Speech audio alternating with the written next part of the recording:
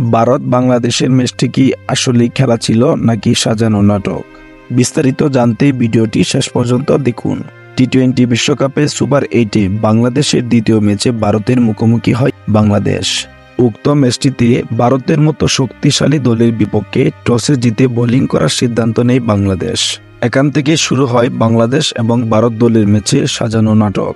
এই ম্যাচটি যে ভারত বাংলাদেশের সাজানো ম্যাচ ছিল তার আরেকটি প্রমাণ হচ্ছে তাসকিন আহমেদকে দল থেকে বাদ দেওয়া। কেননা বাংলাদেশের বোলিং লাইন আপ শক্ত অবস্থানে ছিল বলেই বাংলাদেশ গত ম্যাচগুলোতে জয়লাভ করতে পেরেছিল।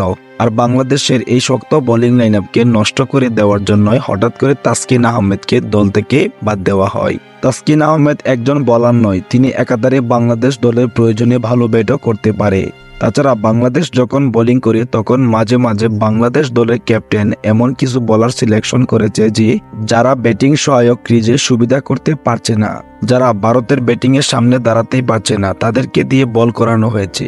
আর এসব কারণগুলোর জন্যই এই ম্যাচটি সাজানো বলে গণ্য করা হয়েছে, যা নিয়ে আলোচনা হচ্ছে নেট দুনিয়ায়। সুপ্রিয় দর্শক, আপনার কি মত?